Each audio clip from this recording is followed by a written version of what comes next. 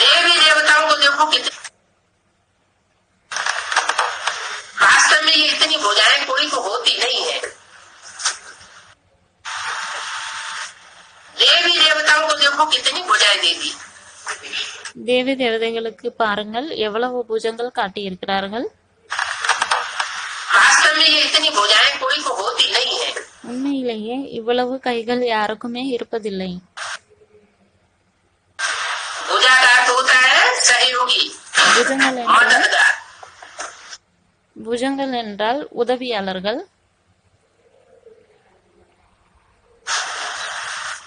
कहते हैं ना, हमारा भाई मर गया, हमारी दाहिनी भुजा टूट गई। இப்படி சொல்கிறார்கள் அல்லவா, என்னுடைய சகோதரன் இறந்து விட்டார், பிறகு என்னுடைய வலது கை இல்லாதது போல் இருக்கிறது. तो चित्रकारों की चित्रकारी है, उनकी प्रतीकात्मक भाषा होती है। சித்திரங்களை வரையக்கூடிய ஓவியர்கள் அவர்களினுடைய பாஷை இப்படி உள்ளே இருக்கக்கூடிய குணங்களை வெளிப்படுத்துவதற்காக வரைந்திருப்பார்கள். अलंकार ज्ञान होता है, उस भाषा का स्थूल अर्थ नहीं लगाया जा सकता। அவர்களினுடைய பாஷையில் அலங்காரங்கள் நிறைந்திருக்கும், அதற்கான ஸ்தூலமான அர்த்தத்தை நாம் புரிந்து கொள்ள முடியாது. लगाए दिए हैं, और कोई 20 भुजा का रावण होता होगा, उस भाषा का स्थूल अर्थ नहीं लगाया जा सकता। मनुष्य गुरुओं ने स्थूल अर्थ लगाए दिए हैं, और कोई மனித குருக்கள் ஸ்தூலமான அர்த்தத்தை புரிந்து கொண்டார்கள். 20 भुजा का रावण होता होगा, அதாவது 20 கைகளை உடைய ராவணன் யாராவது இருந்திருப்பார், अनेक भुजा वाली देवी होती होगी, நிறைய புஜங்களை உடைய தேவிகள் இருந்திருப்பார்கள். होता होगा, और कोई 20 भुजा का रावण होता होगा, अनेक भुजा वाली देवी होती होगी, 4 भुजाओं का विष्णु होता होगा। लेकिन ये तो सब रूपक है।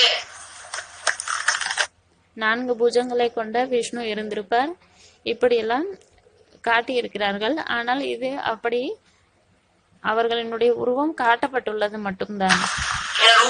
रूपकों का बुरी अर्थ बाप आकर के समझा।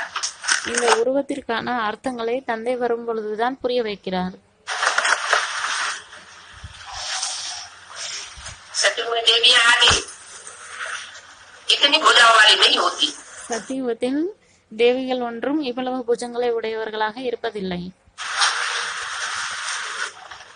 सत्युग हो चाहे त्रेता हो, சத்தியுகமாக இருந்தாலும் சரி, திரேதாயுகமாக இருந்தாலும் சரி, हाँ तो देवी देवताएं भी दो भुजाओं वाले होते हैं। அங்கே தேவி தேவதைகளும் கூட 2 புஜங்களை உடையவர்களாகத்தான் இருப்பார்கள். कलयुग में देखो कितने अनेक प्रकार के हथियार दे दिए। கலியுகத்தில் பாருங்கள் எவ்வளவு நிறைய விதமான ஆயுதங்கள் காட்டியிருக்கிறார்கள். विनाश के लिए बाम सो बनाते ही रहते हैं। விநாசத்திற்காக பாம் எல்லாம் தயார் செய்து கொண்டே இருக்கிறார்கள் தான். तलवार निकाली, बाण आदि निकाले, வாள், அதே போல் வில், அம்பு, शास्त्रों में भी तलवार दिखाई दी, बाण दिखाई दिए।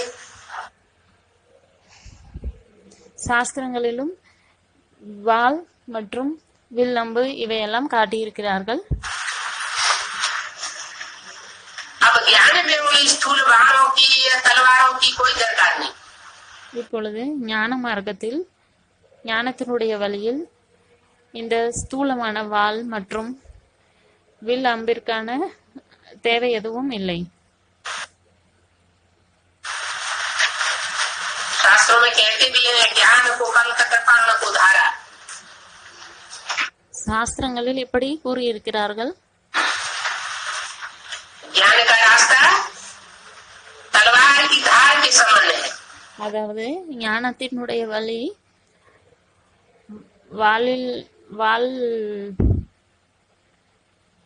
வாள் போல, அதாவது எப்படி கூர்மையாக இருக்கிறதோ வாள், அதை போல ஞானத்தினுடைய வழியும் இருக்கிறது. सीधे सीधे तरीके से अगर कोई चलना जानता है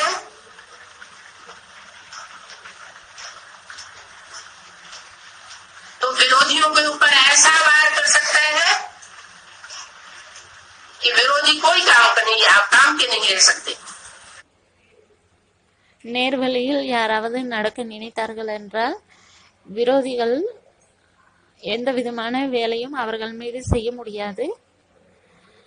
நேர்வழியில் நடக்கக்கூடியவர்கள் விரோதிகள் மேல் வாள் போல் அவர்கள் மேல்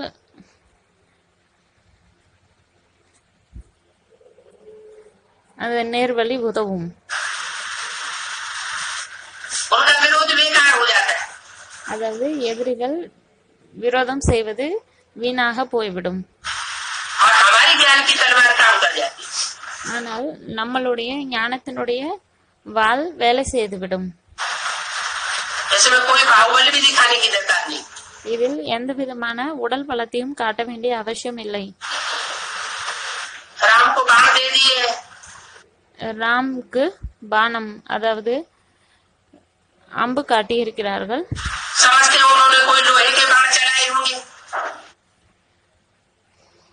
ராமர் ஏதோ இரும்பினாலான அம்பை பயன்படுத்தி இருப்பார் என்று நினைத்துக் கொள்கிறார்கள். खोजे हुए बाण चलाए होंगे. ठीक है, बाण दे दिए, समझते हैं उन्होंने कोई लोहे के बाण चलाए होंगे. ऋषि के खोजे हुए बाण चलाए होंगे. அதாவது அந்த அம்பில் விஷம் தடவப்பட்டிருக்கும். அதன் மூலமா அந்த அம்பு மூலமாக ராம் அந்த அம்பை பயன்படுத்தி இருப்பார் அப்படி நினைத்துக் கொள்கிறார்கள். ठीक है, राम को तो भगवान दिखाते हैं. ஆனால் ராமை பகவானாக காட்டுகிறார்கள். भगवान हिंसा कैसे करेगा? பகவான் எப்படி இம்சை செய்வார்?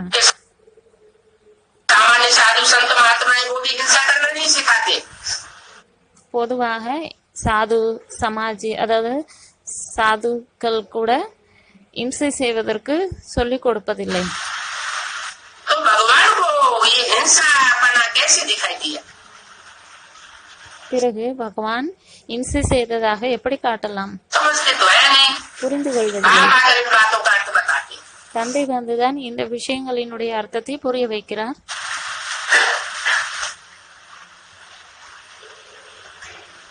तो कहते हो ना, ज्ञान खड़ग है, ज्ञान तलवार है. நீங்கள் சொல்கிறீர்கள் அல்லவா, அதாவது ஞானத்தினுடைய வாள், ஞானத்தினுடைய அம்பு. तो उन्होंने स्थूल आयुध समझ लिए. அப்பொழுது அவர்கள் அதை ஸ்தூலமான ஆயுதங்கள் என்று புரிந்து கொண்டார்கள். तुमको तो गुप्त दान मिलता है உங்களுக்கு குப்தமான தானம் கிடைக்கிறது. और तुम फिर सबको गुप्त दान देते भी हो. பிறகு நீங்கள் அனைவருக்குமே குப்த தானம் கொடுக்கவும் செய்கிறீர்கள். पुरुषार्थ भी गुप्त है, दान भी गुप्त है, और तुम्हारा भविष्य में प्रत्यक्ष होने वाला मान भी गुप्त है. अभी भी तुम्हारा पुरुषार्थ भी गुप्त है और तुम फिर सबको गुप्त दान देते भी हो. तुम्हारा पुरुषार्थ भी गुप्त है. பாபா சொல்கிறார், உங்களுடைய புருஷார்த்தமும் குப்தமானது, அதாவது மறைமுகமானது. दान भी गुप्त है தானம் और तुम्हारा भविष्य में प्रत्यक्ष होने वाला मान भी गुप्त है. அதே போல் உங்களுடைய மதிப்பு, அதாவது வருங்காலத்தில் பிரத்யட்சமாகக்கூடிய அந்த மதிப்பு மரியாதையும் கூட மறைமுகமானதுதான். पद भी गुप्त है. பதவியும் கூட மறைமுகமானது. दान मान पद मर्तबा सब कुछ गुप्त है. தானம், மானம், மரியாதை, பதவி அனைத்துமே மறைமுகமானதுதான். जब तुम श्रीमत लेते हो, நீங்கள் ஸ்ரீமத் எடுத்துக் கொள்கிறீர்கள். जो जितना गुप्त कार्य होता है उतना गंदा होता है.